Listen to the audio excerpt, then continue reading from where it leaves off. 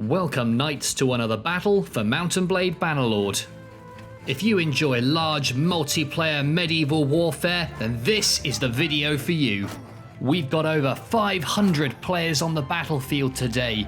Both teams will be wielding archers, infantry and cavalry. Only one team can be victorious in the war for Rasfadal. This is the second campaign update of the season.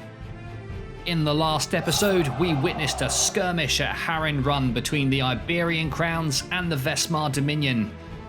The Iberian crowns were victorious and head back towards their main army. The second movement of the campaign phase begins.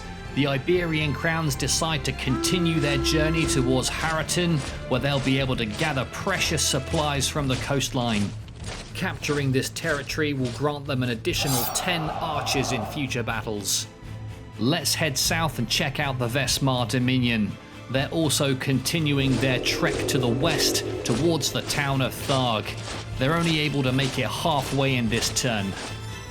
With the movement phase over for week 2, both armies send out skirmishers to harass the other's forces.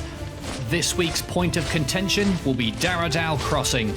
The winners of this skirmish will win additional movement points for the next round. Let's zoom into the battle for a closer look. We join the Iberian crowns as they head up the mountainside looking to take up positions at the top. Scouts have reported that the Vesmar Dominion are close by, but currently we're unsure exactly where they are. You can see the men from the Order of Santiago in the middle there with their white capes. The men reach the summit, and as they come over the precipice, the full might of the Vesmar Dominion becomes visible. In the distance, an ambush has been set up. The Iberian crowns have just enough time to form up, however, retreat is no longer an option. They're going to be forced to fight the enemy right here. The Iberian crowns and their allies Les Combattants and the Kingdom of Hordeland form the centre.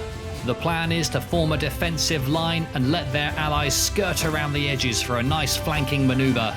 On the Vesmar Dominion side, the Valandians charge in without their allies. They're too eager for battle and go in without support. That might have been a mistake. The remaining clans, such as the Bretonnian Knights on the left there, are holding fire. They're spotting the enemy to see what movements they make and match them. They can see the Vesmar Dominion still have plenty of troops in reserve, and they charge to counter them. The Vesmar Dominion has now committed all forces to that front line. But what's that in the background? Out of the sunset comes charging the Order of Santiago right into the back of their lines. That was a proper Helm's Deep moment. The Vesmar Dominion forces tried their best to mount a defense, but it's no use. The Order of Santiago just have too much momentum. Despite that epic flank, the numbers are still fairly even. Either team could win it. This fight might look like a mess, but if you look closely, every clan is positioned directly under their banner, fighting in pockets.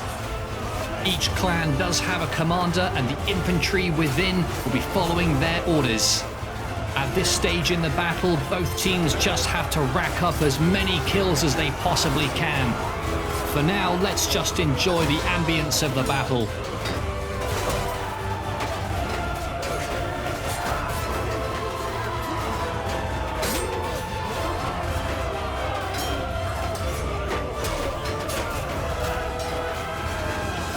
We are now entering the final stages of the battle. This is going to come down to the last team standing. Right now, guys, I cannot call it. Players from both sides are fighting valiantly. Every single hit will count. Just like that one that we saw there. What an epic maneuver. That soldier fell off of his horse, immediately got back to his feet and took out the enemy captain. That absolutely has to be added to the lore book. There's only about 5 players left on each team now. It's balancing on a nice edge. This has to be one of the most tense battle finishes I've seen so far. The Vesmar Dominion do seem to be getting the upper hand. But wait, what's this? Reinforcements from the Iberian crowns. They charge in, that's just enough to win the day. Well played to both sides.